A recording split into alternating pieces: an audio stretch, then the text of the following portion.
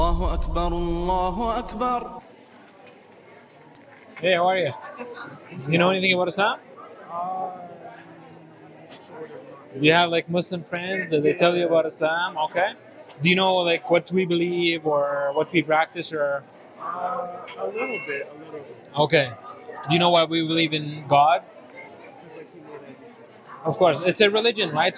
So Islam is another religion, just like many other religions. So the first thing is like the very fundamental things that we believe in God. Do you have any religious background yourself, or not really? On the fence, do you believe in God or not? I'm like kind of like agnostic. Agnostic, I see. Like, would you or have you like explored the question of God? Does he exist? I Okay. grew up like Christian. So. I see. And what do you think right now? Like, do you think we can tell for sure there's God or no? I definitely think like God exists. Hmm. I just like I You don't know, know. yeah. It's just like not like something that like I think about. Okay, I see. Would you say that there is because a lot of people actually like believe in God, but they don't believe in religion. You know what?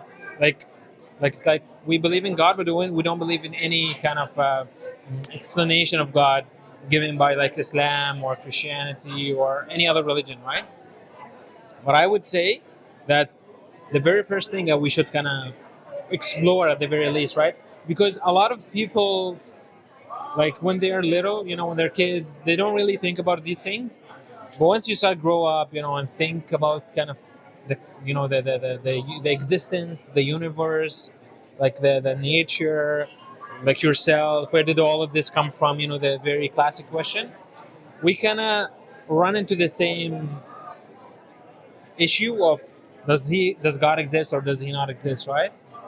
I would say it's like naturally once you explore these questions, like God's existence becomes as the like natural conclusion that you arrive to. You know what I mean?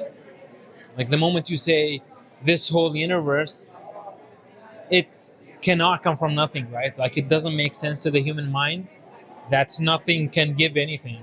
So it must have come from something, and that's that thing be usually people call it God.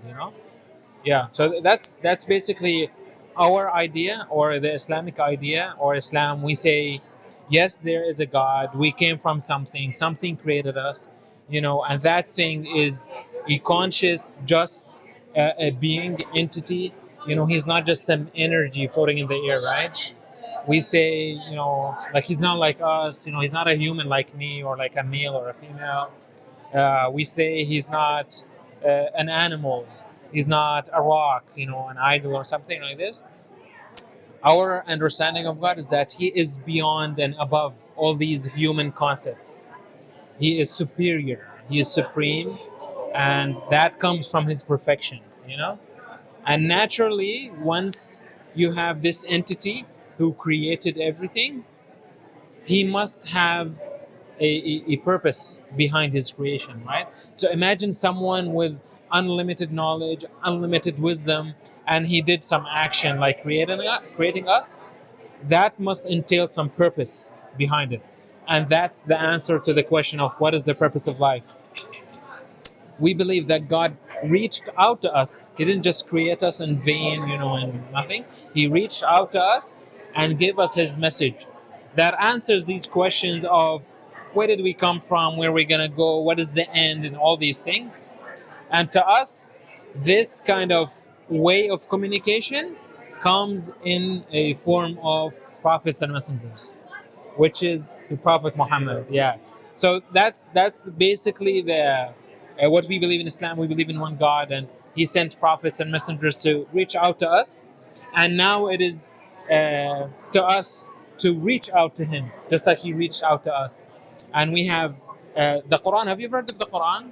Yes. Yeah, it's basically the message of God to us. So what we would say is that the Quran is not only for Muslims, it's actually a message from God to everyone, all humans, believers, disbelievers, atheists, agnostics, Jews, Christians, all humans.